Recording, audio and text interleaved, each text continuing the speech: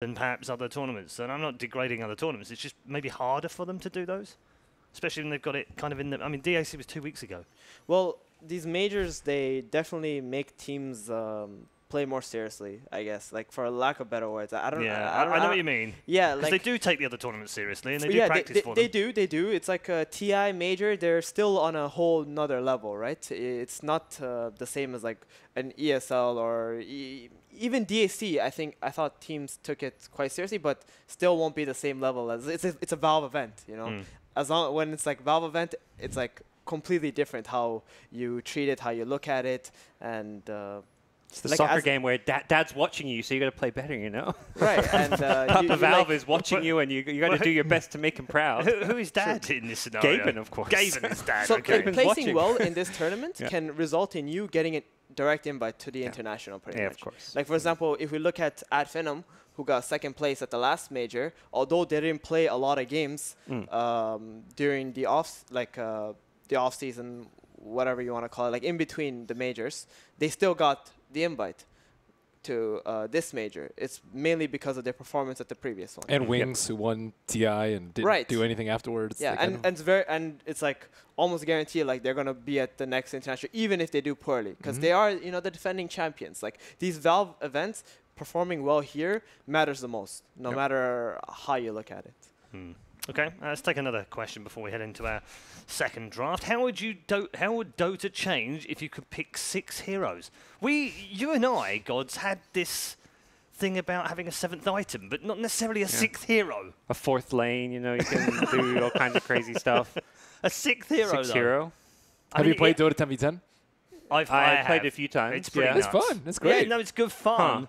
Well, I guess the 6th hero, I mean, it'd have to be another support, because there's limited resources in Dota. That's what you have to look at. There's only so much farm available. Yeah. You could have maybe more dedicated. You'd almost have to have a dedicated jungler. Yeah. But then, I mean, I think it'd be. I don't think the game would change like in a crazy way. Like because if you run a greedy jungler, then a team's gonna like aggro tri-lane you. They can run tri-lane, they can do like a dual lane and a tri-lane. So I think Dota would still be kind of similar. Not to say it'd be better, but it'd be crazy. Yeah. I was gonna say, do you think the team fights? Steven's looking at me like more 6 nuts? heroes, like similar. What are you talking about? I already I can't even understand how to play with 5 heroes. You know? So I don't think anybody actually does. So I don't know what we're gonna do if you add a 6th hero into that pool. So yeah, make a mode. I don't know. Yeah, let's try it, Ben. Yeah, I mean, I had a lot of fun with 10v10. There's actually, as you mentioned, there's not enough space on the map to farm, so it's just generally a lot more fighting, which is great. Yeah, no objections. No objections from the panel. Okay, well, we think 6 would be fine then, I guess. We'll just go with 6. We'll put it in for, recommendation for the international. April Fool's Day 2018. That could be quite good, couldn't it? See, the missed opportunities from Valve. They could have announced ranked matching on was 6v6 for like just a week. That would just actually for the be day. Oh, that'd be amazing. I think people would have a ton of fun as the thing. Think so. I actually think, as much as people would be like, this is stupid, they would love it. Yeah, but now you got another person who wants your lane. You got another person who's going to just GG end mid and feed couriers. Yeah, you already have like 4 guys, picking mid lane or something, or in your lore MMR tier, you got like 5 guys in the jungle, Legion Commander. Like no. You got 6 Let me feed. Let me feed. No, it's my turn to feed. So then it actually ended up being 5-on-5. Yeah, 4v4. Fun idea. We like that one. It's very good. Keep those questions coming as well. We're heading to the second draft very shortly. What are we looking for, Stephen, from the second draft? Are we looking for Thunderbirds to change things up a little bit? I don't think it has more to do with their draft, but more to do with like their idea of how they should play the game. I think their draft was fine. Yeah.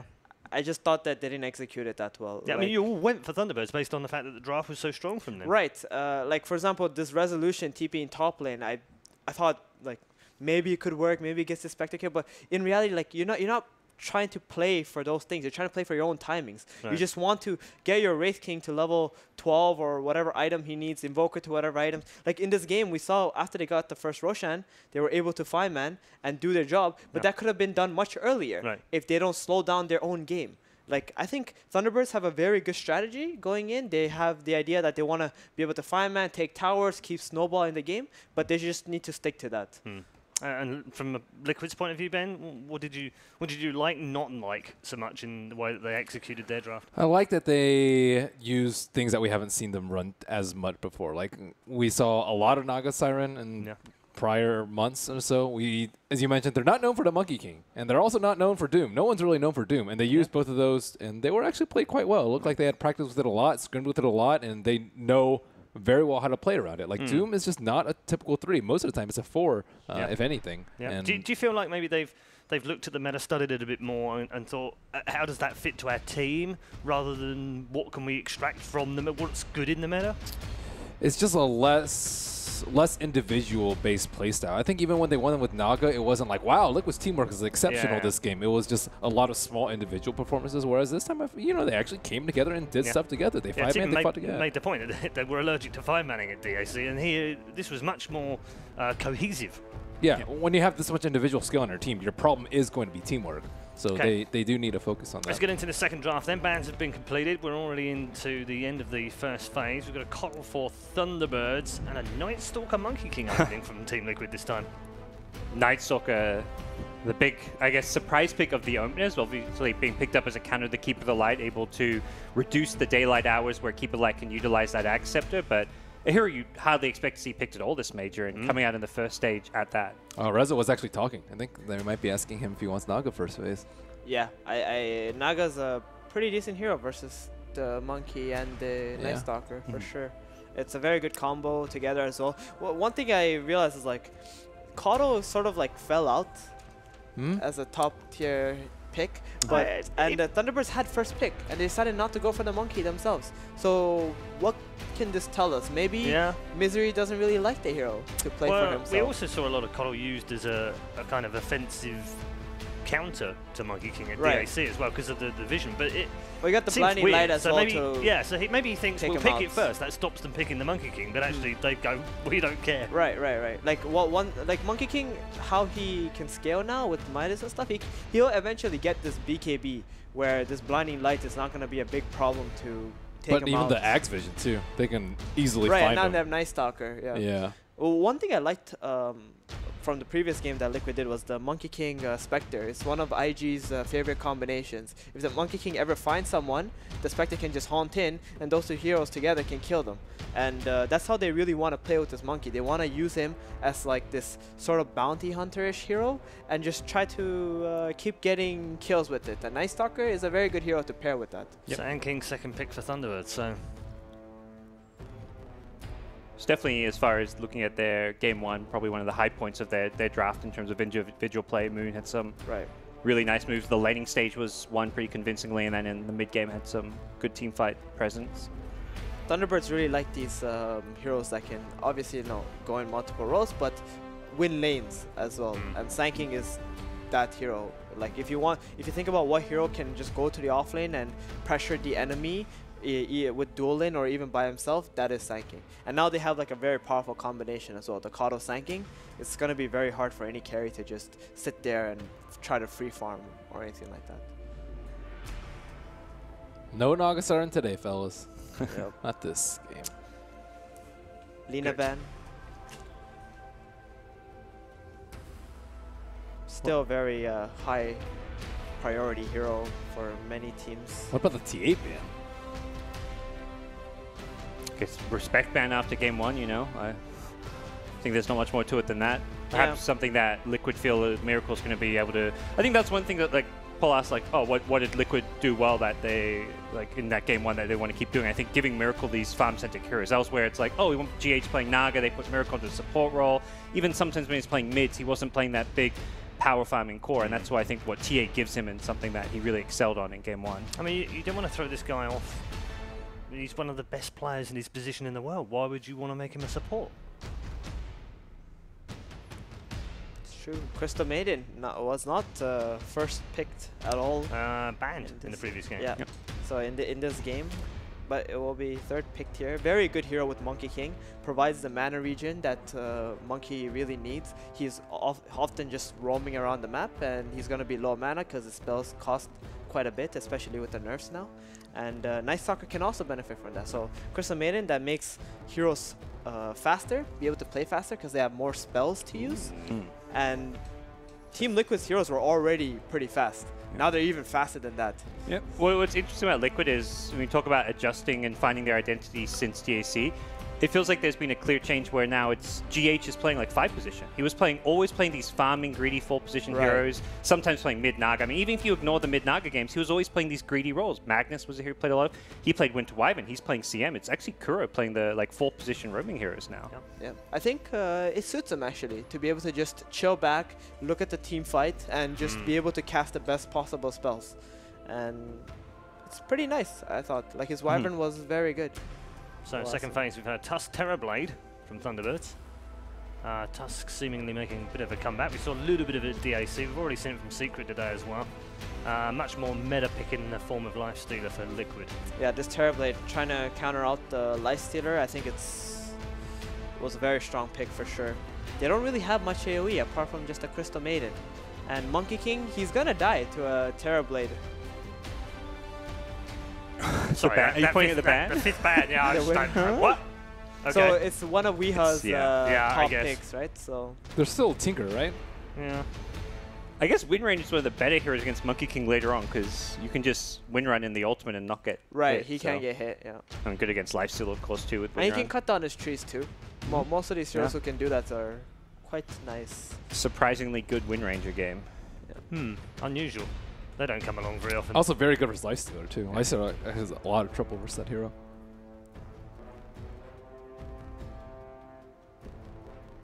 Okay, so final ban for Thunderbirds. They need a way to deal with the Terrorblade though. Like, there's, I think 2 ways they can go about it. One's a mid hero that can deal with the Terrorblade, like Tinker comes to mind. Lina is also banned out. Perfect but ban for sure. also the second option is to have a hero that can actually go inside the Lifestealer, or the Lifestealer can go inside of, and you can actually just disrupt most of the other lineup and kind of just Ember leave the Spirit? Terrorblade. Yeah. I was thinking Ember. Whoa! Mid Keeper Bristle. Is that mid Bristle then, or is Sand King going mid? I mean, there is that flexibility, but it almost feels like Bristle. I mean, they're definitely going to wait to see what the last hero is. This is another debate for sure. You mentioned Ember. I feel like the other one, is, as far as Lifesteal Infest goes, is obviously the Storm Spirit. Yeah. As the obvious Infest target for a Lifesteal this game. Well, if they pick Ember now, it could be very bad, because Bristleback is actually going to dumpster an Ember Spirit mid.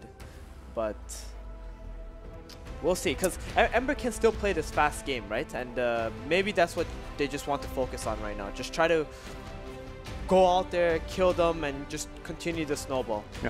Do you want a potential Silver Edge carrier, though? You don't have any Silver Edge builders, too, which you might need to address that Bristle. What is that, like a Shadow Fiend? Yeah, I was going to say hard Shadow to Fiend. see what heroes can just do that. Like, this Bristle pick is definitely like a big stump, though. How scary. I mean, this hero keeps getting buffed again and again. Dude, the hero's not bad at all, especially with Keeper. The double Quill Spray is ridiculous. Okay, right. It is so good. And they don't have any Silver Edge carriers. Right. So you don't actually have to worry about dying here. I mean, it's been a combo for a while, and Lifestealer, like, he's a very weak hero in the laning stage. Like, if he gets aggroed on or anything like that, he doesn't have any very good tools to try to fight back. So if the Bristleback does go offlane with this Keeper, it might be a very hard lane for them.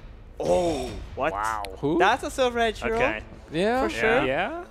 So Liquid come up with an Arc Warden, which OG played in their first game. And they did not win. Congrats to OG, by the way. They did end up winning that 2-1 but over the, the first game did not They lost win the with first the game with the Arc Warden as well. So, okay, prediction time. Gons. What the heck? He looks at the draft and goes, not enough time to process. I mean, I had Liquid rated higher coming into this one, and I thought they were favorites. So draft-wise, I'm completely thrown off, but I think I'm going to stick with Liquid just because I feel like they're the team I had the most faith in coming into this series. Okay, Ben? I'm down with Bristleback. Thunderbirds, here we go. Okay. Is there a pass? It's like a No, no, There's no pass here. No. Well, what do you think? No. All right. It's Thunderbirds. Okay, it's as good as any reason to pick anything right now. We're 0-3 right now on the panel. We need something to go for. I just want Monkey King to lose. Like, that's fine. Yeah. So Demon wants Monkey King to lose. Let's find out whether that's what happens and whether Liquid are advancing on with a 2-0 or whether we're tied back up. Let's head back to our commentary desk. Owen, it's all yours. Thank you very much, Red. And indeed, this draft, we saw the reaction from the panel there already here in day one of the Swiss format group stage. We're getting a lot of excitement. Thunderbirds finishing with a Bristle that we assume is going to be mid. I mean, they could switch it around. And then the Arc Warden in response, Purge. That's the second Arc Warden of the day, by the way. It's a decent hero. I think the Bristle is a really good pick, though. His opponents, there's a lot of low armor heroes. It's like, what, Arc Warden has really bad base armor. Monkey King has really bad base armor. CM does. With the backing of a Tusk behind him in case things get a little bit iffy, and Caudle as well, I feel like he can do a lot of good stuff this game. It'll be interesting to see how it works. But previous to this, the only team that really has been picking Bristle a lot has been Complexity, and they didn't end up making it here. So they did not. We'll see if this one's mid, though. Wow. They were playing carry. Wow. We have Bristle. So I think it could be really effective this game. Okay. I've been playing the hero, randoming the hero a little bit lately. It's quite good, especially when Liquid is really weak on disables. They've got silences and stun. Silences are pretty effective against the hero because he does need to stack up quills, but I think this is a good game for him. I think it could be really effective. I mean, yeah, this mid lane matchup, one that I want to say I don't think we've ever seen before in Pro Dota, Arc Warden versus Bristleback. It feels like this is very new territory for us to be stepping into, Purge. But, I mean, how do you expect this 1v1 matchup to go between these very kind of unorthodox heroes to the mid lane? Well, with a little bit of cover, I think Bristle can do really well, but I do think Monkey King will roam on him, obviously. Okay. And it's very dependent on how much mana he has, because once he gets a bottle, it'll be fine, because he's going to have more than enough mana. But to go for a kill, you kind of need to cast all of your mana pool in Quill Sprays. So that part will be important. How well can they deal with the Monkey King roam is going to be a big thing, I think. Yeah, for sure. And, of course, talking about the other cores as well, Thunderbirds getting that Terrorblade, as mentioned in the draft, that hero itself is going to be pretty strong against the Lightning as such. KuroKy does manage to get the nice little steal there at the bounty rune, so Liquid will secure themselves the 3. That's huge for Monkey King, actually, because getting up to either a Stout Shield early or something like that, some kind of survivability is a really big deal. So 100 gold puts him a little bit closer to trading better in the laning stage when he still has regen. So I really like that steal for him. Looking at the side lanes, looks to be, well, as expected, we're going to see potentially a bit of aggression coming out from Thunderbirds, bringing the Keeper of the Light down here so Misery can back up Moon.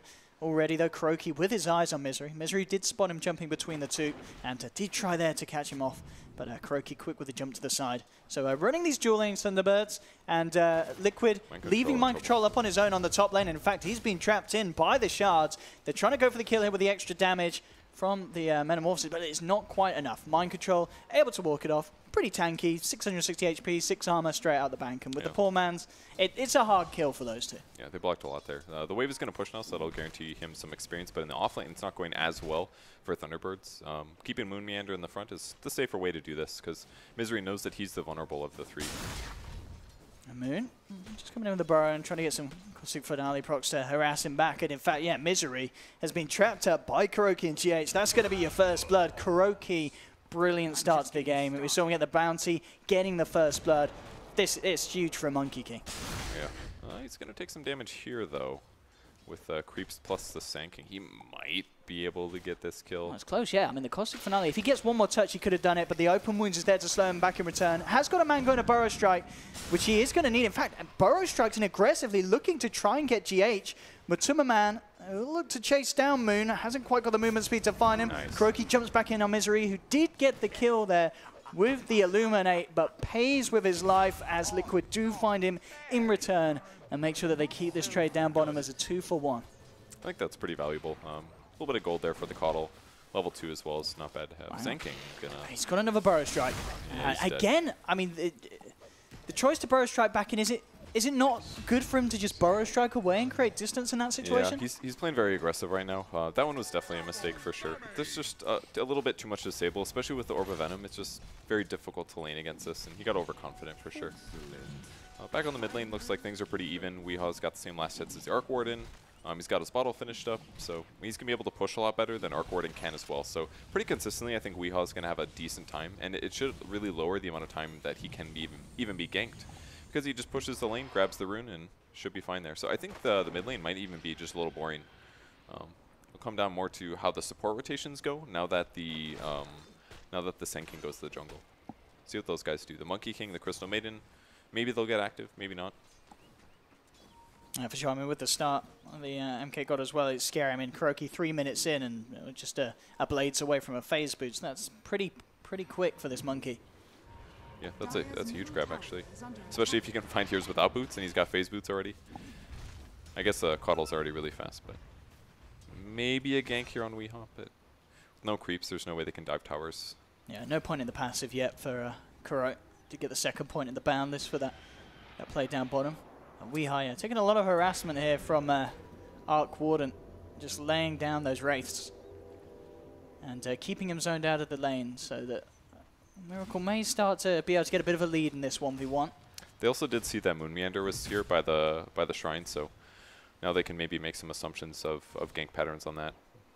So I just don't really see Thunderbirds getting a lot of kills right now. It's pretty much down to what roam that Tusk might do, but it's just better for him to prioritize levels right now, because if he doesn't gank somewhere with like Sand King or the Coddle, there's almost no way they get a kill, because their lanes, their cores are just not super gank heavy. It's like Bristle and Terrorblade might as well be the same hero. It's just right-click heroes. They do a lot of physical damage, but they don't have good disables, so the lanes should just be passive for Thunderbirds. So not feeding is definitely their big goal here. Mind Control coming in with a good bit of harassment under the cover of night. Saxa plays it safe, rolls himself away. And, I mean, Mind Control, during this first night, can he himself get much done in terms of rotating to overlays? Yeah, that's definitely the goal. I mean, he can be somewhere with Monkey King and do something good. Gank coming in mid. Yeah, trying for the TP out is not going to make it with Kuro being there as well. And Miracle getting himself a nice bit of a cash bonus. It was a good try on the TP. A lot of Monkey Kings. Some of them don't grab Boundless Strike at level 2, but Kuro doing the safe, smart thing, grabbing Boundless Strike for the stun. So that's the kill that they've been looking for. But I mean, it's only Misery's. Oh, it's actually his third death. I don't remember a second one, but yeah, he's really the guy that just can't die. But it's very difficult for him to actually play in the offlane here. Normally he sits on trees, blasts the wave out, his opponents won't see him coming, but against the Monkey King, he can't do this as safely. Like, even look right how now. DGH is hunting for him, and Misery has been caught out again. This will almost certainly be the fourth death here from the Keeper of the Light. Mass TP's coming through with the Boundless. They'll find him once again. Saxa and Moon. See if they can get anything in response. Ice Shards are out. Kuroki still in the safety of the trees. As he hides up top, Moon trying to find him there. Cuts through one. Isn't going to get him initially. They're hunting. Seeing if they can get him. GH very deep as he himself as well hides in the tree line. Will be successful by the looks of it with the TP out. Kuroki still has to be very careful how he jumps about here. Yeah, that was really smart how he did it. He saw Tusk cut the tree, or Moon Meander cut the tree, but he actually didn't jump. Because because a typical Monkey King player would just jump instantly when they see panic, one. Yeah. But that actually reveals you a lot of cases, and it makes the tree move. So if he just stood still, then it was just Moon Meander moving on to the next spot. So Mind Control at this point has really not done that much in his lane, but he has gone level 5, which is pretty solid here. Can maybe kill Resolution, but he'll go under tower. That's a lot of armor on Reza. So the nice thing that Mind Control is doing is that he's just being a nuisance in lane, basically. Is that Rezo can't do everything that he wants to maximize his farm. He's still getting decent farm, though. I mean, he's still on par with the Life Stealer. I feel like it could be higher due to having illusions and things like that. Lifestealer's also been in some kills, so Lifestealer's definitely getting more right now. So I think Thunderbirds is in a bit of a vulnerable position right now. They're going to need to take some fights with things like Bristleback for this game to kind of come online, because they really don't have very much tempo to set. And the heroes that they do have to set some tempo and to get efficient plays is basically like Coddle, and he's just super countered in the offlane by the Monkey King. So they kind of put themselves into a bad spot with their opener, in my opinion. Or maybe it was just because their mid didn't make up that ground. So we'll see if it comes together better. I mean, remember last game, Liquid had a relatively rough laning stage, but once they started team fighting, it got really strong. And it'll be interesting how they plan to bring it together with running this mid lane Bristle. It's not a hero that's going to be able to jump and surprise you, but it's a hero that's going to be very strong to add to a push. Having him on the front line with his defensive capabilities once he has the Vanguard complete, and then just being backed up by Rezo on the Terrorblade, you've got the components for that very strong and hard to stop mid-game push. Yeah, that's really where it comes down to. Or maybe a fight where the Liquid overextends and he's able to TP in right on top of them. That'd be really effective as well. So, but for now, they're going to maybe try to pressure Resolution. They spot Misery at least. That's the guy they want to go on. Yeah, I think he's dead right now. Yeah, again, the easy kill for Liquid. The Keeper of the Light. Nice Boundless as well to catch the TB off on the back of it. There will be a snowball as Thunderbirds trying to find something in return, looking towards GH. They'll get it. 1-for-1 trade. Look at. Actually, like the Tusk pick against Monkey King could really work. I'm not sure if you snowball a Monkey King, does it destroy the trees before he gets stunned? I'm not quite sure because it might do a good stun. At the least, though, the Frozen Sigil can be used to scout, which is really nice. You're going to catch him, yeah. There's a lot of potential. So at least they do get a response kill, though. That kind of stuff is really needed right now, especially if Misery's in the experience area. He's got to catch up in levels here. And if they can transition it into a tier 1 push, that would be great. But there's a lot of heroes from Liquid coming up for the defense. Thunderbirds, they are going to try and move forward. Boundless Strike onto Saxa. Gets the snowball off, in fact. The Void still on cooldown from Mind Control. They'll look for the chase down. Saxa trying to juke this one out, but KuroKy up in the trees, giving that essential vision to allow Liquid to have that clean fight. And we'll manage to find the Tusk. GH suffering a bit with the creeps here, but KuroKy will be there to get them off. So this isn't going super well, but on the bright side, Weehaw's going to have a little bit of time to farm Ancients. He's going to have a 3-stack here and an Arcane Rune, so I don't know. It's not going the best for Thunderbirds, but definitely not out of the realm of winning yet. And although I would say Bristle's farm is actually quite low compared to what Miracle's got, but that's Arc Warden. Double Midas. It's pretty good stuff. And in some ways, Arc Warden may be one of the heroes that did get buffed with the Midas change, because it gives more gold but less experience. So that's maybe something that his hero can really benefit from. Oh, Matumba Man, with the help of KuroKy again, getting some action on the safe lane as Mumiander's caught out. I mean, KuroKy just making all the rotations, perfect rotation. 305 involved in all 8 kills before the 10-minute mark. This is textbook Monkey King play. Yeah, he's playing amazing, actually. He's using all his skills perfectly, too. It's very difficult to make sure that you make everything happen perfectly on that hero, usually. You're going to try to kill the Mimic thing. Yeah, let's see as the backup from GH is or there, trying to save Miracle, and it won't be good enough. Thunderbirds managing to take him down. In response, though, Matumba Man already charging forward. Moon, again, with these very aggressive bow strikes. Bow strike down to the low ground. Won't be punished for it, though, so Liquid do back off. But crucial kill to get. We saw a good Midas timing. We know that Arc Warden's farm can get out of hand. And this is great for Thunderbirds as well. Space is given up top with the pressure that was put on mid in that kill. Resolution has the space to get some damage done to this tier 1. Yeah, that's very good movements for them.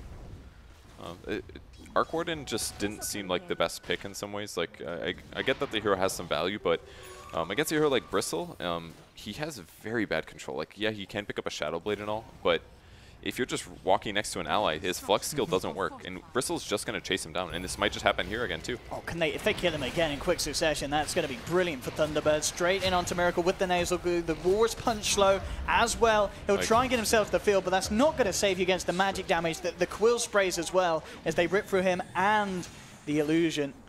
Yeah, like Bristle just literally runs at him, and he doesn't care about that field at all. Yeah, like it's going to be a while until Arc Warden feels survivable here. He needs like a Force Staff or a Shadow Blade or something, but he's always going to buy Midas first, and then you've got to wait for the Shadow Blade. I don't think those heroes match up very well.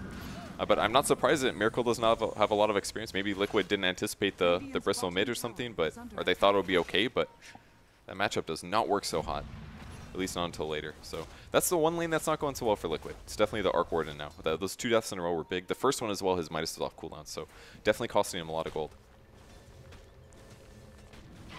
Yeah. Bottom lane, Moon trying to finish this tower off, but Matumba Man is there to start to force him back. KuroKy again ready to be in position, but doesn't get the stun off in time. Yeah, Moon with the immediate Burrow Strike into the Illuminate. It'll be Thunderbirds getting the first kill, and now Matumba with the Rage still on cooldown, could be in trouble. Immediate Infest to get that burst heal, but the chase down will be there with the slows, the stuns. Thunderbirds get a second. They'll get the tower. And again, Thunderbirds, after suffering early on from these Monkey King rotations, now reacting really nicely and getting Weehaw active across the map. Yeah, this is how they make the hero work really well. Just a simple rotation you walk over, but the big difference between Bristle and a typical mid hero is that he's insanely hard to kill. He basically just constantly slows you, and especially with the Coddle using Chakra Magic, it's a guaranteed super valuable use of that skill. So it makes Chakra Magic normally used just for mana. All of a sudden his Quill Sprays just stack insanely fast, and he can just win a whole team fight by himself in that way. Like, it's not like he goes all in casting Laguna Blade on one hero. He gets in that fight and he casts Quills until everybody dies and hits everybody. Interesting decision as well. I mean, a lot of the time it feels like on strength heroes with these mana regen talents, it's kind of laughed off, and normally the other is better. But it's totally understandable why we takes that in this situation over the strength. Yeah, because of the aggression. Almost always Bristle, at least when I play the hero, I almost always get the mana talent. The only time I don't is if I have a CM on my team, I think. And a Coddle, you might argue maybe it's worth it, but you know, Coddle can't be everywhere. And the more you cast Quills, the more heroes die. That's the straightforward way to play Bristle here. You're not wrong there, Patch. Resolution. Dragon Lance complete. Ready to work his way towards the Manta. And this is a man that he's not really being prioritized in terms of Liquid's movements, have they? He's been given a bit of space now in the top lane. He was certainly pressured in the laning stage by all means, but the last couple minutes of rotations from Thunderbirds have been way too strong. Like, he could dive Miracle right now, maybe. Like, they had to TP right there because there was a real chance that Weehaw dives. Yeah, for sure. With this DD, Weehaw is ready to get aggressive. GH will lock him in under the tower. KuroKy's there from the high ground with a beautiful Wukong's command. Can they kill him, though? Yes. With Resolution Metamorphosis, they'll find it. They'll get KuroKy down, and they'll try and move in for more. Moon with the two-man Burrow Strike onto GH and Mind Control. They'll pick a second. They should get the third as Mind Control surrounded in the tree line. They'll find that surely he's tanky. He's big. He's strong. Not quite strong enough as he finally goes down, and as a bonus, Rezo and Saxa were able to chase down Miracle, getting 4 kills in the mid lane. Thunderbirds, again, they have just stepped up their team fight massively from what we saw in Game 1. The execute, it just seems a lot tighter. I think the big difference is that Liquid's lineup is not very good at stopping Thunderbirds from running straight at them, and that's the big advantage they're getting. They're going to take Roche super fast as well with the Goose stacks here, and Resolution on the end of his Metamorphosis. But Kuro's going to be able to go in maybe. Steal? Yeah, Can they go for some sort of big play? Yeah, the Thunderbirds are respecting this. They have to. They made too big of a mistake going in like this. KuroKy thinking about going in, but the Burrow Strike again, Moon, with these players catching out the monkey before he can do anything. He's almost certainly going to pop. He does get the Boundless Strike off in time, and they did kill Misery. And with Weehaw and Resolution wrapping back in from the bottom, they'll take a kill in return. Jump forward from Moon as he finds GH. Tumba trying to play around with Moon, but he can't with the Sandstorm and the Burrow Strike. He's fine. Miracle's still there, laying down a lot of wraiths around this pit. Weehaw has to be careful. Mind Control in with a Crippling Fear. Void onto Saxa, bursting him down low. Miracle continuing to try and zone them back with the Wraith spam. There's the Snowball from Saxa, who very nicely tries to get himself up to the higher ground, going towards the Ancients, but for some reason it doesn't quite close the gap. Moves back in, though, with the Epicenter onto 2. Matuma Man Rage still on cooldown for 5 seconds. Resolution and Misery looking for the chase down. Matuma trying for the TP out. He's not going to make it, though, as Thunderbirds will take down the Lifestealer and move themselves back into the Roshan pit. And now Roche is going to have no armor from the Solar Crest. They finished Roche. I can't believe they were able to take that fight. I mean, Liquid did the right thing. They needed to pressure there and actually stop Thunderbirds, especially because they were so low. But that's the power of Bristle, man. He's just always regenning HP, and he can play around the fight. And one of the big things I saw in the Liquid draft when the Bristle was picked is that they don't have a lot of disable. Like, they've got all these like weak disables. They've got Flux for slow. They've got Void for slow. They've got Frostbite. But in all of those skills, you can turn.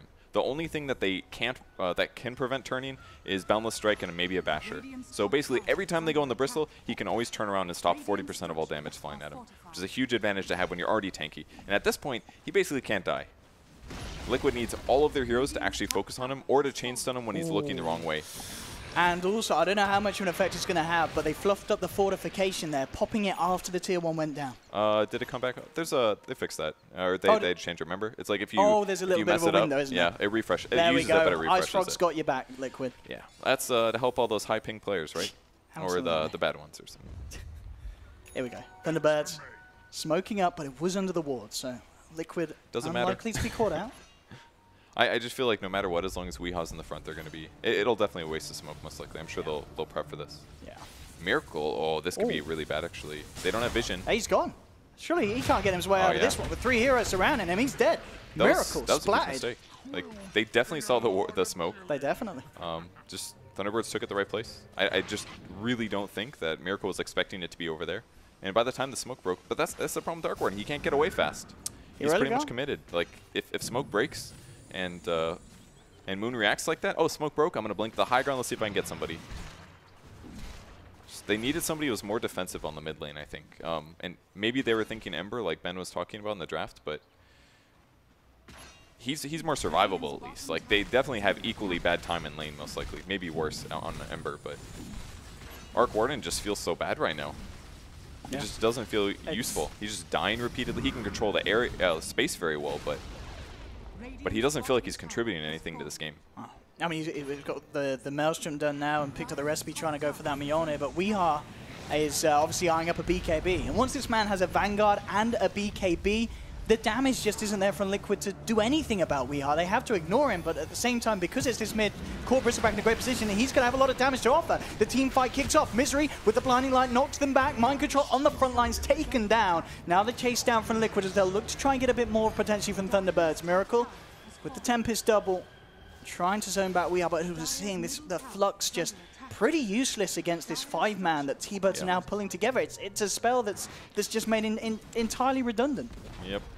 If you're standing next to somebody, it doesn't do anything. It actually does nothing. So this is one of the big problems with Arc Warden. If you get behind and you're trying to team fight against opponents, a lot of times that skill does nothing. And then you're like, well, I hope I have a stupid amount of items, because otherwise it's just a magnetic field caster. I mean, that's about all you do. It feels like with this build against this play, you can't really turn up to fight against the 5-man. The only way you can play it is kind of farm up and split push, surely, because that's one the of the effect that you have in these fights is so low. And if your opponents have better gank pressure than you as well, then you're just not really accomplishing that much. They are going to go for the CM kill.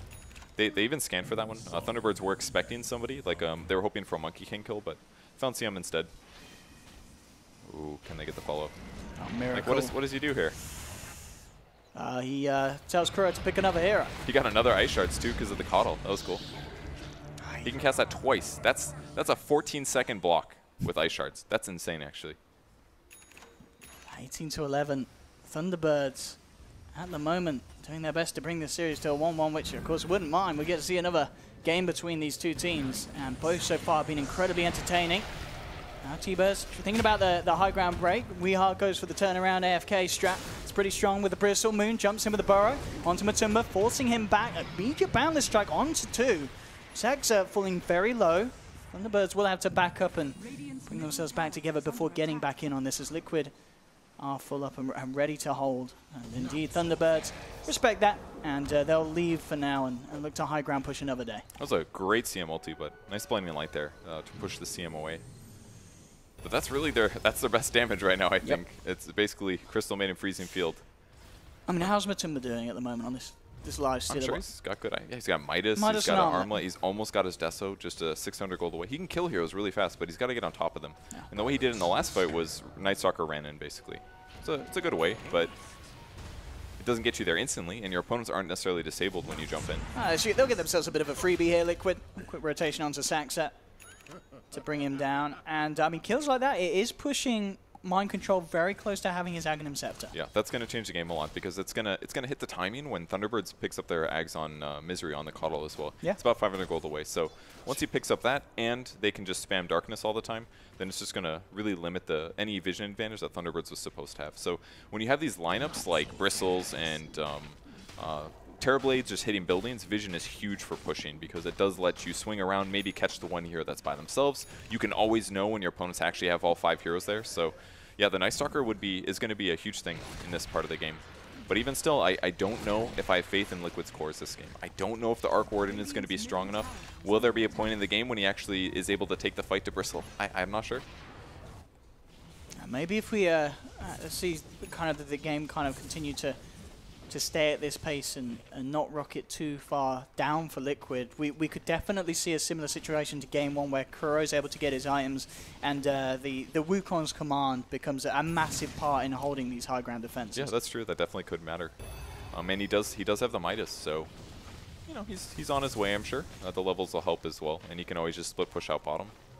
But will it be in time? Moon actually hunting this down, and he's found Miracle, but the Burrow Strike's already been blown. So Miracle will be able to get himself out. Very close to being caught, though. So he's doing his best split pushing, but I don't know. I just like right in the meantime they defended that, and Weehaw's still hitting a building. That's how confident he feels right now.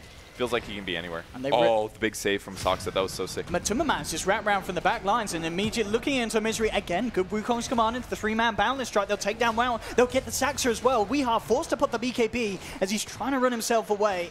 Liquid, they can't deal with that BKB Bristle. They'll have to leave him. That's okay. They got 2 kills. 2 kills. Soxa did a great job trying to save Misery there. Blocks them in with the Ice Shards. The Lifesteal has to walk around, but Matumba making a perfect choice. He saved Rage there. Unlucky for Liquid. No Roche up just yet, but maybe they can grab Weehaw here. His HP's still a little low. They've got the Ags on Night Stalker as well, so they know where everybody is. The target is Moon Meander, if anything. prevent those epicenters. Let's just see if they can get some sort of a wraparound here at the moment. Resolution already backing his way out of the jungle, keeping himself safe on the TB. But definitely a thing to account for is what it feels like.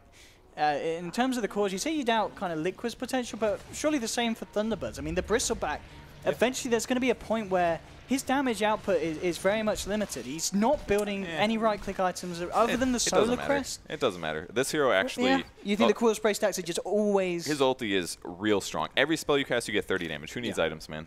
Like, you could even go the build that Moo was doing consistently was like Blink, Echo Saber, Vanguard with Ags. That way he could just cast Goo even if nobody was around. And then he would blink in and he'd have like 8 charges of his ulti and he'd like 2-shot somebody.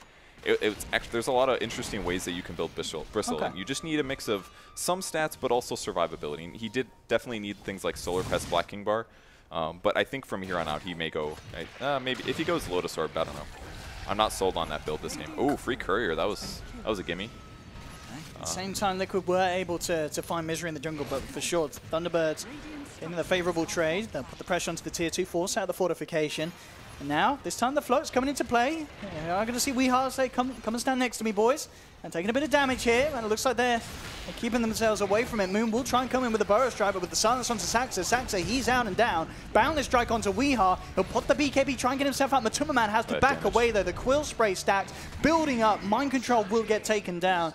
And again, we're seeing at the moment, when that BKB is popped, very little that Liquid can do to bring him down. And Thunderbirds turning back in for more. Godlike now for Weehaw as he picks up the double. And with Resolution turning up, they're ready to power down the mid lane, take a tier 2, maybe even more. Hits for 300 damage right now. And that's just from casting spells. So strong. And he's level 19, of course. That part helps a little. Continues to buy utility items, though. And Resolution on the backline is going to probably be able to do the damage his team needs. Maybe kill these, whatever, Tempest double thingies. We'll see, of course, with the field. Miracle making it very hard to hit the tower. And Weehaw will be baited in close, but Timmerman trying to go in onto him. It's daytime, though. They got heals now. This is the big thing that T-Birds are waiting for, and this almost guarantees a Rax in some ways. Although losing the Resolution's ulti, the Metamorphosis, yeah, that's going to be a big deal. That's a lot of damage gone. Yeah. And not necessarily the damage, it's more about the range ability, because if they can just sit low ground and keep hitting the building and continue to get these like 500 HP heals from Illuminate, that's where the value is. But unfortunately for them, that fight was forced, and it wasn't like a tower siege. So I think what the smart thing that Liquid could do is try to force fights. That's going to get Resolution to use his Metamorphosis and prevent him from just using that to siege. Because if it's daytime and they've got Metamorphosis, it's going to be pretty straightforward for Thunderbirds to eventually take a tower. But running out of that there absolutely shut down their push. Roshan is back up. Something that Thunderbirds for sure will want to look for, but at the same time, we know that Liquid can do a lot to hold on to it. We're seeing just the power of the Monkey King around the Roche pit. Big plays potentially from Kuroki to come through. If it does kick off around there, he's very close to having that Basher complete. That's going to be huge. Yeah, that with the ultimate, we saw it last game, just how disruptive it can be around these confined positions. With that said, though, if they know where he is in the fight, I think Terrorblade's going to be able to deal with it really well. Super ranged hero. He picks up a Dragon Lance, so he's going to be able to kill the Monkey King. Speed as does Bristle. Like, Bristle can just run at somebody. Like, Monkey King can't really stop Bristle. Well, I mean, he could just ulti, I guess. That would do it, but with a Basher. But it's difficult for them to stop Thunderbird's heroes from running at them because they're all fairly tanky, and they've got good heroes backing them up with the Caudal and the Tusk and the Sink. The Scotty coming up soon, though, for Terrorblade. That could be really huge against heroes like Lifestealer. Can just get permanently slowed. And he went a little bit more of a greedy build, Midas into Desolator, so he's a little bit more damage heavy than typical Lifestealer, so he actually might die really rapidly in some of these fights. And pretty consistently, teams that pick Lifestealer almost always ban Terrorblade, so that should kind of tell you what kind of a place this is looking late game. Thunderbirds, 2016, and yeah, just looking at those two cores net worth. Clear 2,000 in respective between the mid laners and the safe laners of both sides. And a tier 2 going down. Thunderbirds. They got 30 seconds till nighttime. Looking incredibly strong in this game too. How do they stop this siege? See what their best efforts. Trying to make a go onto Weehaw. Immediately with the Lotus Assault. Trying to remove some of these debuffs. He's brought down to half health. Doing good damage. They got a shrine at least. Oh, Kuro on the backline gets caught. That's a huge grab for them. Oh, and he doesn't have buyback as well, so yeah, no Wukong's command for this defense for 40 seconds. Man, that's so tough for them, actually, because they were like 15, 20 seconds till nighttime. I think he might have forgotten about the coddle eggs. Or Misery was hunting him the whole time, also a possibility. But grabbing Kuro is massive. 30 seconds without that? At least the creeps are a bit cut. That helps him. Mind control. Let's see if we can get a grab onto Saxa, but quick with the blink. Yeah. Guess they're going to give up on that one. Somebody must have pushed out mid, or just happened to be pushed. I'm not sure. But I guess maybe Miracle had one of the Tempests out there. yeah, this is. I was wondering about this. Where's the gem for Thunderbirds? They picked it up just now, and now this should give them a lot of map control. They weren't able to kill a tier 3 there, unfortunately, so no shrine kills. But they've got to offset what the Night Stalker is doing, basically. Weehaw, feeling very confident. I mean, he is on his own, but definitely has the capability to do so. And I do like his decision as well. You kind of touched upon it earlier in some other builds that players do on the Bristol, getting the Aghanims. Having that, being able to, as you say, max out the stacks, and just providing that slow and armor reduction to really allow the Terrorblade to hit home on these heroes. Yeah, not to mention every time he casts it, somebody's armor is going to be lowered by 2.2. And that could hit Night Stalker. That guy's not going to be magic immune. Using it against Lifestealer will be a bit unpredictable. You don't always know when you'll be able to cast it, but the damage amp, the AoE slow, all that stuff's going to be really worthwhile. What I'm really curious about is what he gets at level 25. It's either 30 health regen or the 25 cool stack. I think you go for the cool stack here. I think you go for the cool stack. It got buffed I mean, he's by not dying, 25%. Yeah. And there's a coddle, so he's going to cast more quills than average. Yeah. You do insane damage with this. No, you go from 36 quill stack damage to like whatever that is. Is that like 61 or something? Yeah, 61 that's right. You per did the quill maths stack. Perfect. So that's going to add up real fast. We're talking like 400 AoE physical every 2.5 seconds or whatever the heck it is, 3 seconds.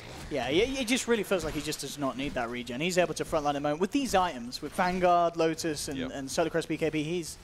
Who needs regen? And the disable threats that his opponents have, he can always turn, almost always. So we'll see what he does though. He may not end up committing, but there's a lot of mediocre armor heroes on the enemy team. That's basically everybody but Lifestealer right now. Timber just trying to do his best to hold off the push. As Weehaw very, very confident in the front lining. The mass TP is coming back in from Liquid. As they will look to do their best to hold. Usually going in on the Briss at the same time. A bit of a split push coming out from Resolution's Illusions on the top lane as they work down that tier 3. And once again, in on the front, Wii falling low, but the bait potential as Moon comes in with a Burrow Strike, but in response, Kuroki looking to get the tree down, the Wukong's command out, won't quite reach Weehaw on the side of it, but they get the 2 on the front. Moon and Saxa punished for their over-aggression. Ooh, they lost the gem as well, I think. Must have been on Tusk, perhaps? Or Sanking? No, it was on Sanking, definitely. Yeah. That's a big loss, and this is basically the Night Stalker counter, is what it feels like there.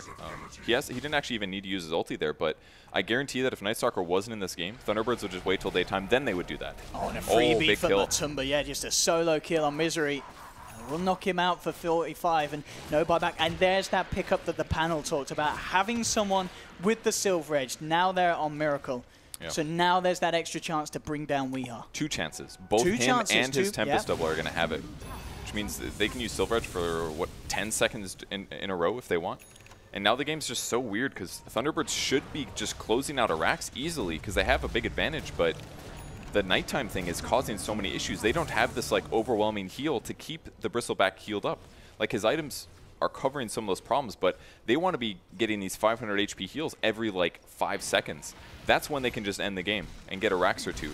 But they're just not getting that opportunity because of the Night Stalker counter pick.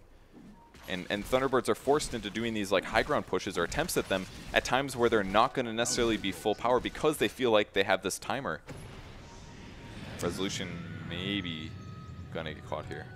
Just need to be a little careful. Liquid with 3 members in the neighborhood. Thunderbirds with the TP reaction are holding on. Mid lane, Weehaw getting a bit aggressive, but has the haste ring. Again, feeling safe. But as we're seeing, in a game where Thunderbirds were taking the vast majority of team fights and really keeping the pressure onto Liquid, Liquid's still able to turn it around if mistakes are made by Thunderbirds on these high ground sieges. Yeah, absolutely can go both ways. And as time goes on, there's literally 5 Midases on Liquid, so... Damn, the 5 Midas strat. That looks pretty good. Yeah. For the late game implications there. Just everybody's got a golden hand. So everybody's going to have a lot of gold on the Radiant side, which could mean a super late game victory here. I think Liquid's goal is Turtle. Don't let them take a Rax. And here's an opportunity. It's daytime. Night Stalker, no ult. They've got 3 minutes. Tried to go in onto Saxa, but Saxa quick with the snowball to hold himself back. This is the best window that Thunderbirds has had all game. 3 minutes here. Well, it's actually 50 seconds until Night Stalker uses ult, but they've got a good 2 minutes of total window time here. They need to take a Raxer at the least this tier 3. Fortifications out. Miracle getting ready with the silver hedge hit. Will get it onto the Bristol back. Mind control being focused here by Rezo and Weeha on the sidelines. Moon has managed to find the stun onto Kuroki, so making it very hard for Kuro to get off that Wukong's command. He does find it, gets the bashes out. He survives. Kuroki finally goes down, but that Wukong's command there, buying the time, hitting the bashes to allow them to get the triple kill for Miracle. I can't believe he got that off, and it did so much in that short second that he had it. The bashes were instant. That was all about this medallion purchase on Monkey King, in my opinion. The difference of 7 armor there meant that Terrorblade doesn't just like 2-3 shot him, but they're going to be able to get the Night Stalker and a gem possibly if they can grab it in time. GH and Matuma eyeing it up with the shards, keeping them away from him. Matuma, has he got the damage to bring down Weeha? Well, with the freezing field, it's going to be close, but Weeha still able to run it off. Matuma has to be careful of how heavy he goes in. He does have Miracle moving across as well to help. Saxa with the blink away will survive.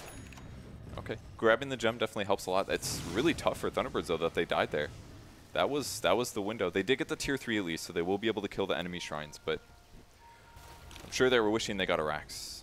And yeah, the Monkey King staying alive just long enough to get quadruple bashes off or whatever the hell crap happened there. That made the big difference.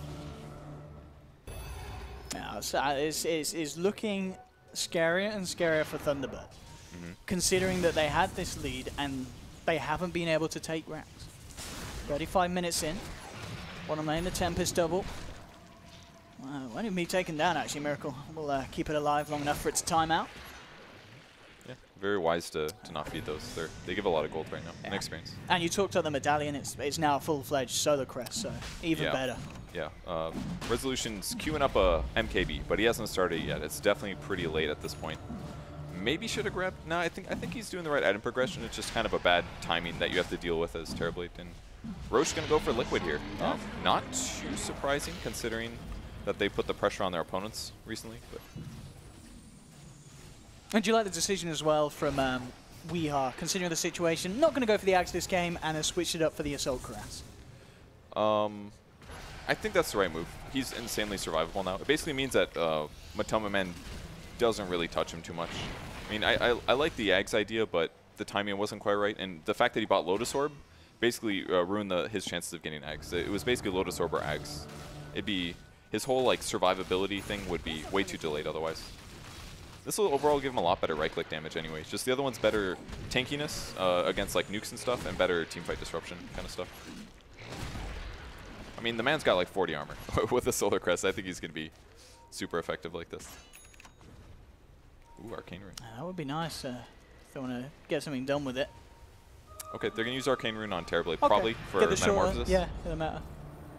Makes sense. They can make use of it here in this time, but they will be pushing, of course, into this Aegis.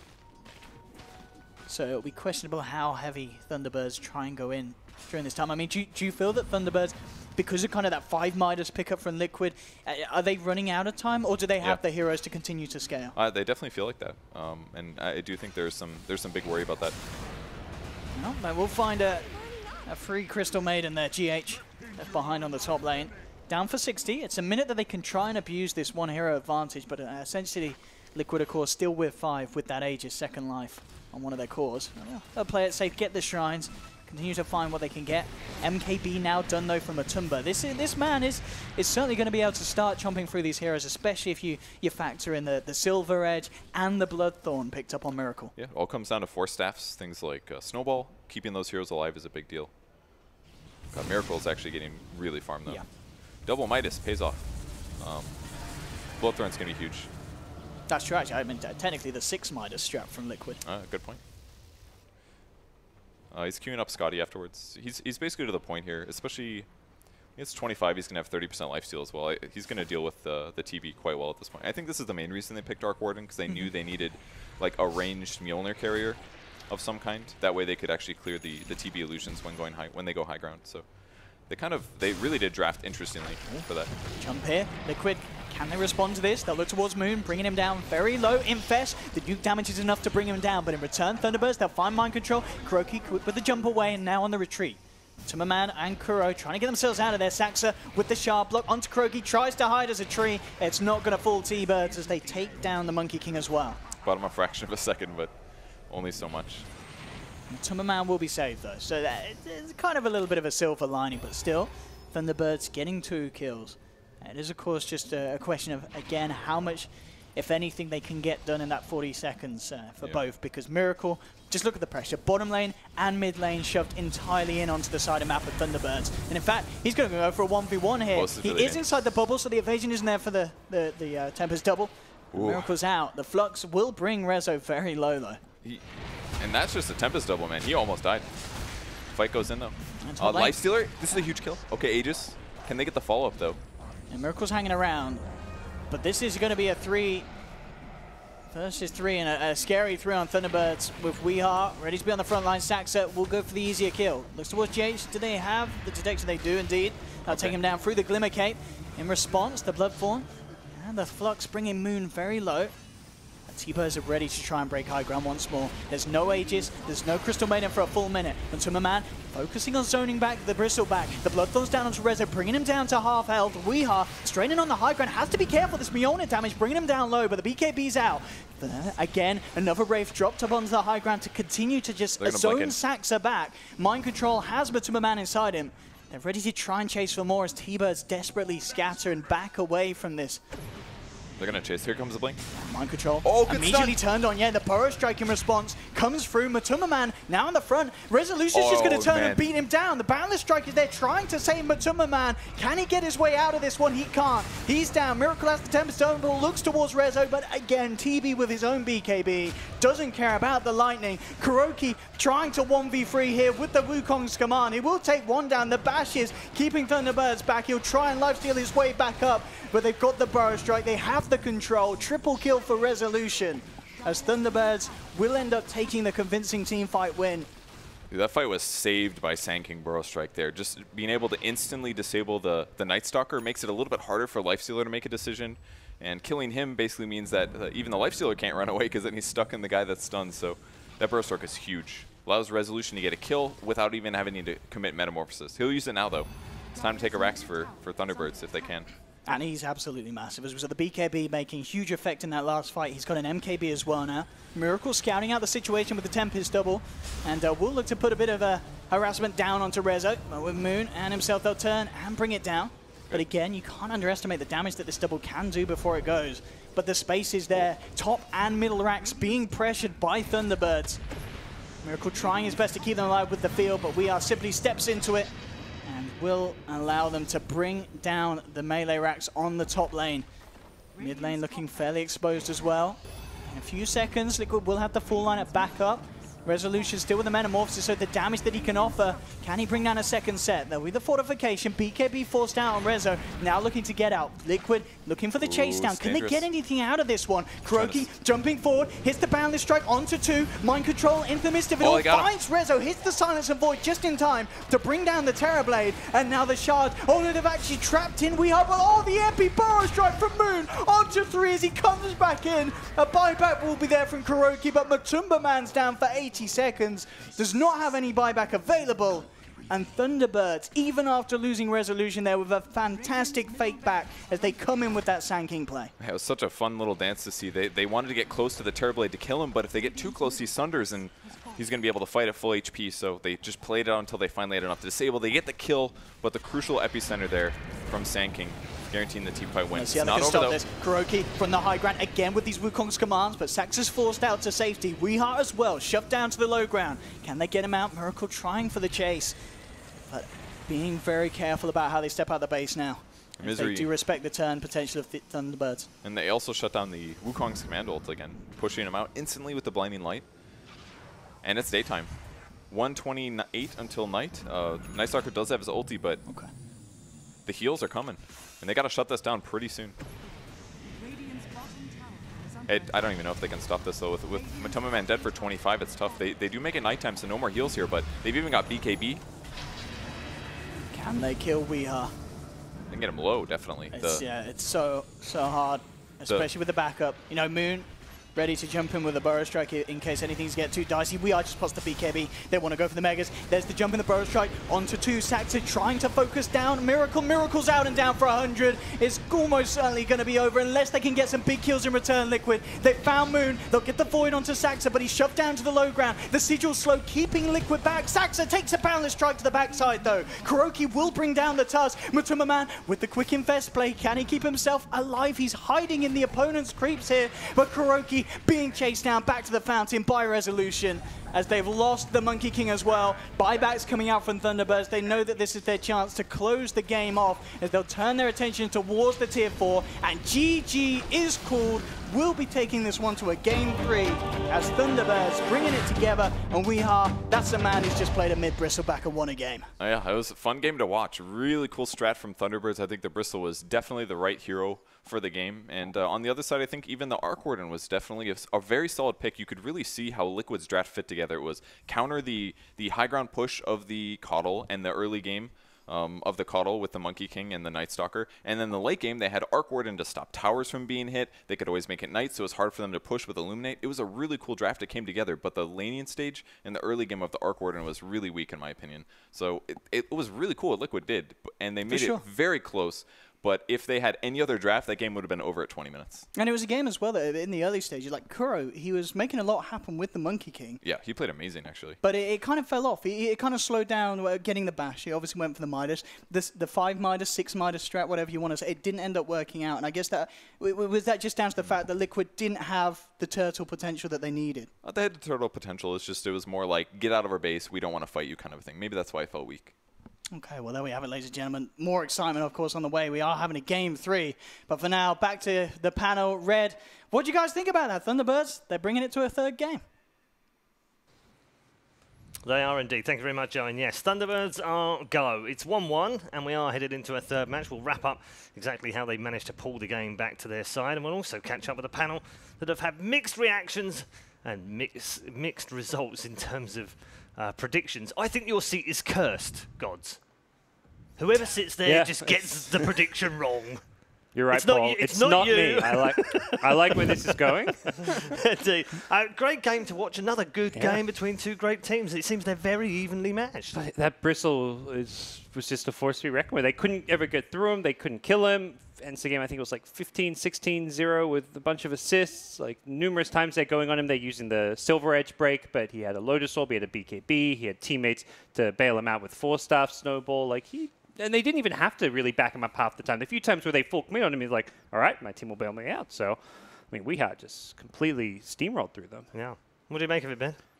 I did really like the first pick Keeper, though. I think that was actually really key. If they don't play Monkey King themselves and they didn't want to ban it, it was a really nice way to start off, even though he did feed early on. I think the amount of utility that he provided for the pushes later on and his synergy with the Bristleback really paid off. It was nice. I think they stuck to their strategy, you know. I talked about pre-game that they just need to focus on themselves, focus on playing on their timings, trying to push some stuff. You know, Misery sort of tilted in this game early on. He was in the wrong place at the wrong time a couple of times. He died. But once the first night was over, Thunderbirds decided to group up, go as 5, take the first tower, and then start their snowball. And this is one of the flaws in Liquid's lineup, right? Even though they can go around and kill people, they couldn't take any buildings. They couldn't take any objectives. It was extremely difficult for them to progress. How much was that due to the Arc Warden pick? The Arc Warden? In the early game. I guess the Arc Warden does buy Midas and has like a slower tempo-ish, but I think the Lifestealer is also like one of the reasons why they couldn't take any buildings. They got some kills, but he also went for the Midas first. Maybe it was better for him to go for the Armlet into the Midas. Although he did, I do believe that he needed the Midas in this game. Since he's playing against Bristleback and Terrorblade, he's going to need to be extremely fat, but he needs to get his team ahead first. The kills alone was not enough. They needed these objectives. They needed to make more room on the map for the Arc Warden to be able to split push, for the rest of his team to be able to run around and find more kills. You feel like there was a better decision-making process here, Gods, as well? From Thunderbirds, Yeah. absolutely. It felt like they were less cautious in the way they tried to take objectives, except when they needed to be. They did a much better job of securing themselves Roshan, getting Aegis for the team, and then when they had it, they were like taking tier 3 towers and just playing around the bristleback incredibly well. Like we had just always on the front line, slowly chipping the buildings. TB when they had Metamorph, they were fighting. When he didn't, they were being cautious about which fights they chose. Those are really, I think the key moment was around the Roshan pit, where Thunderbirds went in, tried to take Roshan, they didn't finish it off, and then they didn't have Metamorphosis, so they were kind of in this really awkward position where they couldn't really stop Liquid from taking Roche. Roche was down to like 20% HP, but they just kited around, they used the Tusk, they used the Sand King really well, and they end up winning like a small little skirmish, and then they secure themselves Roshan because of it. That to me was like really well played by Thunderbirds. Thunderbirds did have a lot of issues pushing high ground, though. Game probably could have ended maybe 15, 20 minutes earlier. Well, it has a lot to do with the Arc Warden's, what's the spell called? Magnetic field? Yeah, the magnetic field. So he has 2 of them, and Thunderbirds need to play off the Metamorph, right? So if you use the 2 one after the other, pretty much half your Metamorph is already down. And then as soon as those 2 cooldowns go off, Liquid decide to jump them. So there was like almost no opportunity for them to try and take any buildings. They need to like find these picks first, make sure the Arc Warden is out of position, try to do a lot of weird things in order to even be able to break the high ground. I guess this is like one of Arc Warden's biggest strengths. Felt like Liquid struggled to chase initially, like fights like we just saw there where they chase after towards their shrine. They're chasing with a Blink Night Stalker, but it's not really the ideal infest target. Like Lifesteal didn't have a really clean way to get into the fight. It doesn't have like an insta-stun to just be able to burst a hero. And then Night Stalker blinked in, and then he got insta-stun. Sand King's there ready to react, and it felt like there was limitations the later the game went for Liquid because they couldn't really start fights in a crisp way. Isn't that just an inherent problem with the Night Stalker position 3, though? Yep. Because they had Monkey King plus Night Stalker to presumably deal with the Keeper, and then they went with the Crystal Maiden later to empower their supports. But at the same time, then you have a Night Stalker position 3 who got his items but didn't really do anything in the latter half of the game, I feel like. I mean, you can say like a lot of Liquid's lineup is very single targety. CM Monkey King is fine, but like your cores themselves cannot really like go for multiple targets. They just need to try and focus on. But like maybe Monkey King is the best bomb since he has a stun, but he's not really a bomb either. He needs to like be able to sit, wait for the right opportunity, get his big ultimate off, and he doesn't want to bring any attention onto himself. And if you're a bomb, you are bringing attention onto yourself. So that was definitely a flaw in the I mean, it worked for them in game 1 because they had the Doom, TA, and Spectre, which is also single target. Do you feel like they need to change it? Like or the Spectre is like much different, right? Like Monkey finds someone first, and then the Spectre comes in, haunts, and then does whatever. And the Monkey doesn't have to like commit to the kill or anything like that. But with the Lifestealer, you sort of have to. So the playstyle is already much more different.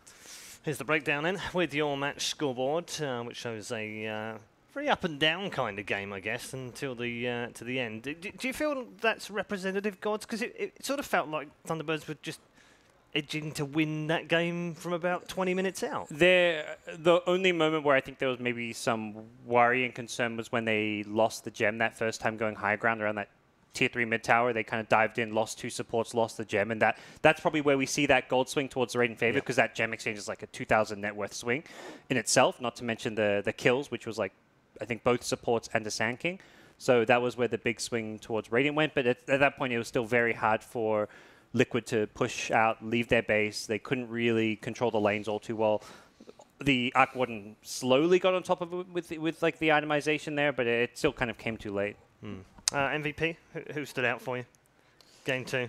I mean, I guess we're gonna have to go with Weeha, right? Yeah. His Bristol boss was spot on. His Bristol boss. Yeah. That's what I used to call this hero, and I'm gonna stick by that. Yeah, I think it's Bristol back. boss. The Bristol boss is back. Yeah, it's back. As far as he's concerned, yes. So Weeha is MVP. Disagree? Agree? Agree. Agree? Yep. Agree. So 4 house for the MVP. At least we can't get that one wrong, can we?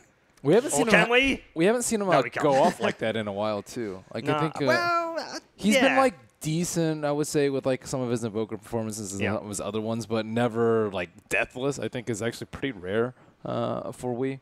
Yeah. You know, Weeha likes to play these heroes that no one really wants to play. He loves those. Like, who wants to play Bristol back mid? But he will play it, and he'll be absolutely amazing. Yeah, at it. Like you have to really feel a hero to play it as well as he did, and he understands this hero very well. He's definitely shrugged off the whole pub star tag now, isn't Long time ago. Yeah, in terms of like, I can only play a couple of heroes, that's why he's high on the pub list. Right. That's definitely out of the window now. Yes, Mr. Fantastic MVP for this game is Weeha. He helps his team draw level. They're now 1-1 in this best of 3. I guess we look forward to game 3 now, and Thunderbirds have got a bit of momentum now. How is it for you when you're in that position? When you lose the first game and you're a bit down, you're a bit like, oof, that didn't really work, and we got hammered kind of hard. Then you bounce back, and is it such a high that you just kind of go into game 3 on that high and you can carry it on? Well, I think what they're gonna say is like, guys, game 1 we just screwed up. Game 2 we did literally our strategy and it worked perfectly fine. Let's just stick to that. There's no point to change anything more. Maybe even Misery was a little bit tilted still after the first game. We saw in his play, like, he was dying in very random spots that he normally wouldn't. The early part of game 2? Right, early part of game 2. But now, like, he's also, like, you know, his team brought him back pretty much. And everyone's, like, settled. They're like, okay, guys, game 3, again, same plan. Let's just play to our strengths, play to our timings, and we're going to be good. So you don't expect too much to change? Not for Thunderbirds, at least. Yeah. Maybe for Liquid, something can change. Yeah. Maybe they go like, guys, okay, we also played poorly. Let's just keep doing this triple core strategy, play aggressive with that, try to make some space by take some objectives. But I think it's much more difficult for Liquid to play their strat 3 games in a row, though, in comparison to Thunderbirds. And Ben, Miracle, when he played in OG, was very much used to the 4 protects 1 kind of scenario, and everyone plays around him and everyone plays for him. Do you feel like that's changed with Liquid? Because they don't necessarily play that style. They pick him a lot more different heroes, and is obviously quite different, too, because he goes to support sometimes. But, I mean, that game, they got 5 Midases, too. Like, that's not something that's like super common. It shouldn't be that unexpected, but at the same time, like, they're spreading their farm out a lot more than normal, and even damage done, I would say, is like much more split than it used to be. Yeah, we saw SG do that earlier on against OG in their first match as well. 5 Midas. 5 Midas. Is that a thing? Is that going to be a thing? If you have the appropriate split pushers, I think it's if you can drag out the game, and high ground stallers, which is Arc Warden, as you mentioned, is like really good at defending that T3. Well, I was talking in the back earlier about the Midases. Like, this is something that we're going to see a lot during this tournament. This Midases is going to definitely come up. But the heroes that I believe are going to mostly be purchasing this are like the teamfight support heroes. These teamfight support heroes, they already have very high impact in the fights just with their spells alone. And then this new Midas that provides you a little bit more GPM will allow you to scale into the later stages. It'll let you get like these 4 stats for your team, maybe even Greaves or Refresher on a Warlock, for example. These items are very key, and that's who I at least expect to see the Midas on. This last game, we saw Liquid play. The 3 core heroes normally already buy Midas. Like Lifestealer, we've been seeing it. It's becoming more popular to buy Midas. Arc Warden, a core item. Night Stalker, core item, so you can get to Ags and all those other items. But like, the supports also want to buy it. Like, they have CM and Monkey. They're both teamfight support heroes. They already provide everything they need for the fight with just their spells. So they also want to be able to scale. So everything became kind of confusing. And now suddenly you have like 10,000 gold just put into Midas. You look at this gold graph, even though it's going up towards Liquid, you know that 10,000 of that gold is just Midas. Literally statless for 3 of their heroes. Like, only Arc Warden and Lifestealer probably benefit from just the attack speed itself. So, kind of feels bad. It's going to be very interesting. That's yeah, for sure. It seems like there's some, not all teams are playing the way, because it's very, I think, heavily contrasted with a team like IG, who, they'll maybe get a Midas hero there, but they're playing at a much faster tempo. They're taking objectives faster. They're not playing anywhere near as greedy. And they're buying Midas on the right heroes as well. Like, they know the limits of it. So.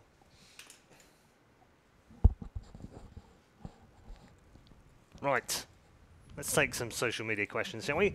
There is a big thread up on Reddit right now, and you can add your questions to it. We'd love for you to add them, and we'll do our best to get through them as well. The next one is Resolution the best Naga player in the tournament? Who cares? It's Naga. Who else is up there? GH is definitely up there. Arteezy's kind of up there. He had some big blunders at DAC though. That docks him a lot of points. I mean, are we just talking like? Are we just naming all the Naga players now? I'm trying to think anyone who is in anyone better contention than with is anyone Rezo. better than Resolution? When I saw GH Naga at DAC, I thought that was the best Naga I've ever seen. Right. Like that was just flat out. Like Actually, a couple of everything people said that. everything he did. Like we at that time, AUI, Envy, you know, they're there too. They were watching these games together, and these guys love Naga Siren. Right. This is like one of their top 3 heroes or whatever, and they're like, Sadists. holy shit, what's happening? Like this guy is just like teaching people like how to play this Naga from while he's playing in the game. Like you just know that he's doing stuff that nobody else does. Yeah. So I mean, it's hard to say because like Arteezy, even though he plays Naga, he hasn't played in a long time. Right. You know, and like you have like No Tail who plays Naga, but he plays Naga differently. He plays it for like not like maybe a hard carry, but he plays it for like his mid laner. He'll like make space for his mid laner. We saw at DAC they played this Naga TA strat, and the Naga was making space for the TA instead. Like it was like